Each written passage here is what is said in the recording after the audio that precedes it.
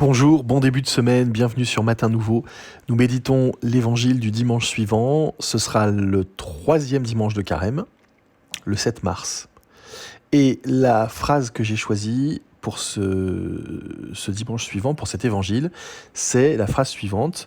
Il parlait du sanctuaire de son corps. De quoi s'agit-il ? Il s'agit de cet épisode assez connu, la plupart du temps, par les gens qui ont déjà un peu entendu l'évangile. Un épisode assez connu où Jésus entre au temple et il y a sur le parvis du temple, dans la cour intérieure, il y a tout un tas de commerces qui se sont montés, des gens qui vendent des animaux pour le sacrifice du temple. Car le temple, à cette époque-là, fonctionnait beaucoup par des sacrifices d'animaux offerts à Dieu pour apaiser son humeur, d'une certaine manière. Et il y en avait un peu pour tous les moyens, ça allait de la petite colombe pour les gens qui n'avaient pas beaucoup de sous, à carrément un bœuf, quoi, pour les gens qui étaient plus fortunés. Et Jésus, tout à coup, dans cet épisode de l'Évangile, décide de chasser les marchands en mettant par terre leurs étals et en poussant les animaux dehors. C'est souvent un épisode qui met les gens mal à l'aise de voir Jésus aussi véhément. Alors, voilà, il ne faut pas non plus faire dire à l'épisode ce qu'il ne dit pas.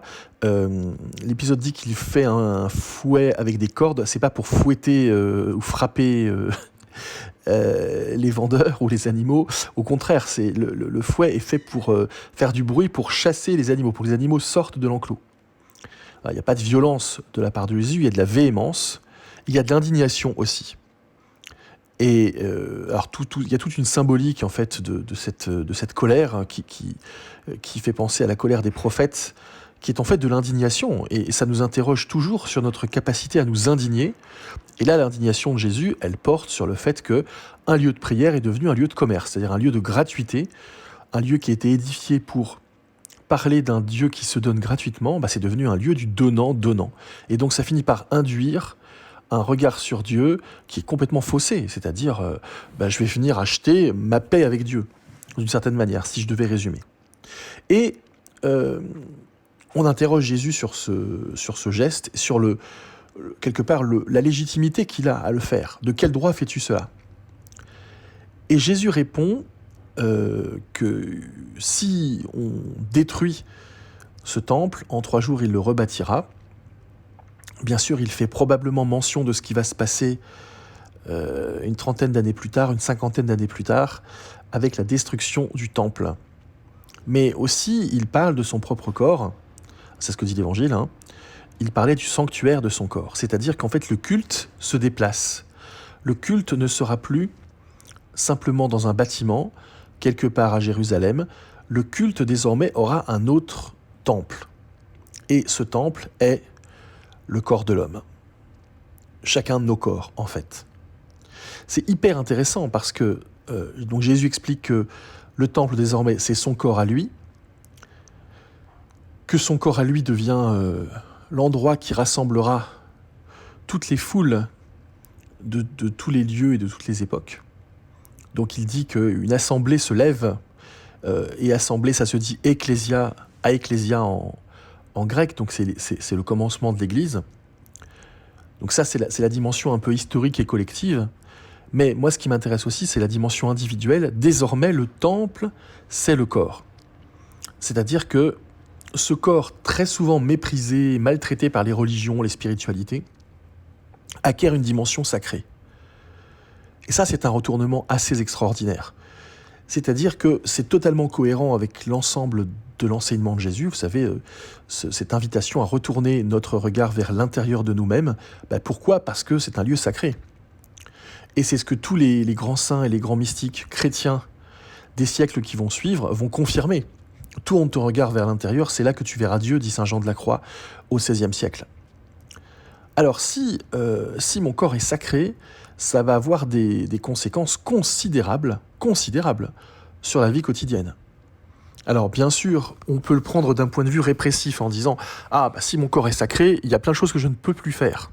Alors on peut le voir du côté de la répression, de quelque chose qui restreint l'action. C'est une possibilité, bien sûr, c'est pas du tout à négliger. mais ça va avoir aussi des conséquences sur mon rapport au sacré. Au lieu de chercher le sacré dans des expériences hors du commun, à l'extérieur de moi-même, je vais peut-être commencer à chercher le sacré en moi. Alors bien sûr, il ne suffit pas simplement de dire le sacré est en moi pour en vivre l'expérience. On voit bien qu'on peut faire n'importe quoi avec son corps aussi. Mais précisément, il me semble que si le culte se déplace du temple au corps, peut-être que c'est intéressant de voir justement comment le temple fonctionnait.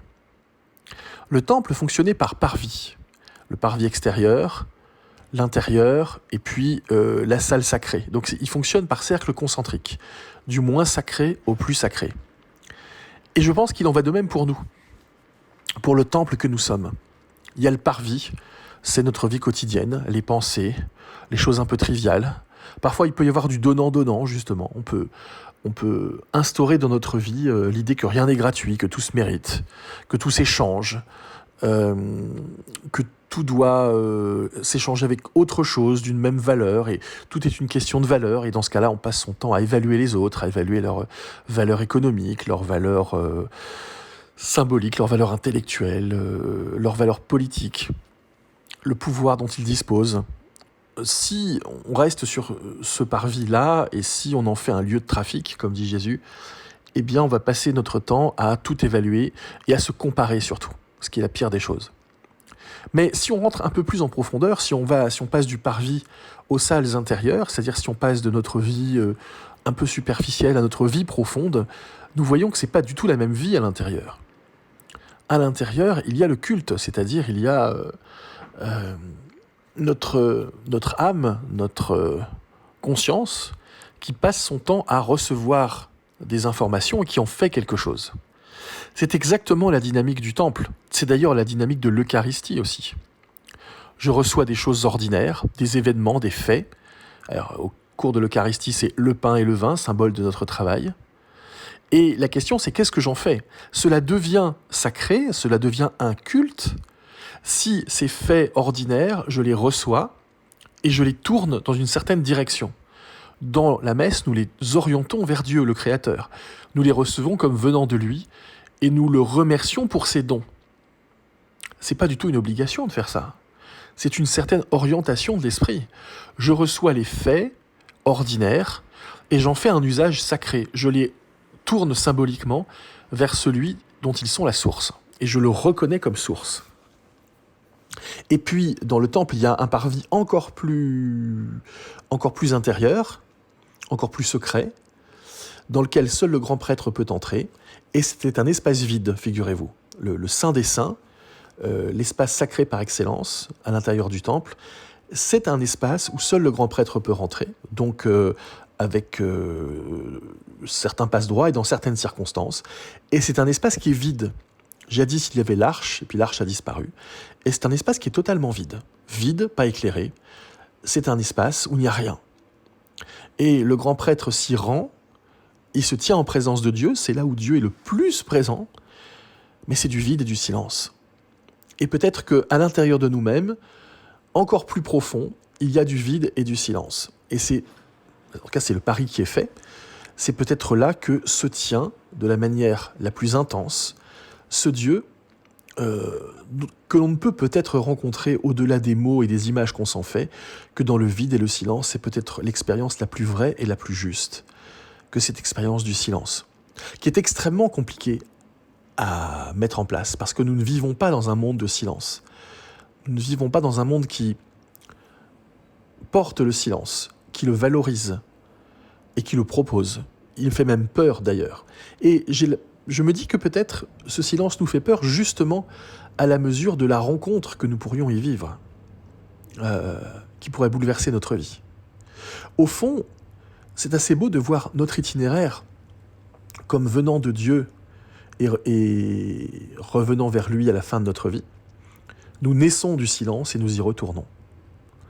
Ce silence qui est l'espace où tous les possibles peuvent se déployer. Il n'y a pas de son possible sans espace de silence. Il n'y a pas d'émergence possible des formes et des couleurs s'il n'y a pas le vide.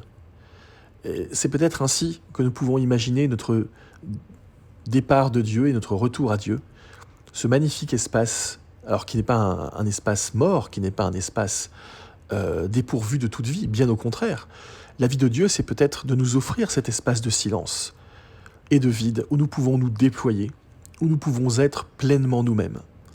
Et je trouve magnifique de se dire que le lieu le plus sacré du temple, le lieu où Dieu est censé se tenir, c'est l'espace vide qu'il nous offre pour que nous soyons nous, réellement qui nous sommes.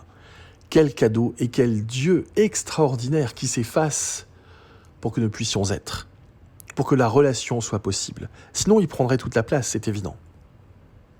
Alors, puisque désormais, semble-t-il, le temple, c'est notre corps, chacun de nos corps. Que le temple, c'est pas n'importe quoi, qu'il a sa propre organisation sacrée. Peut-être que ça peut être intéressant pour nous, pendant ce temps de carême, de voir où je me tiens en conscience tout le temps. Est-ce que je suis la plupart du temps uniquement dans le parvis ? Est-ce que mon parvis est devenu un lieu de commerce ? Est-ce qu'il m'arrive de passer du temps un peu plus à l'intérieur et puis, peut-être encore plus rarement, dans l'espace vraiment le plus inaccessible, le plus sacré, mais qui n'est pas du tout impossible de venir visiter, ce lieu où il n'y a que vide et silence, dans la paix et dans la tendresse, ce lieu où Dieu se tient mystérieusement en retrait. Et c'est peut-être le lieu, ce lieu où nous sommes le moins, où il nous attend le plus.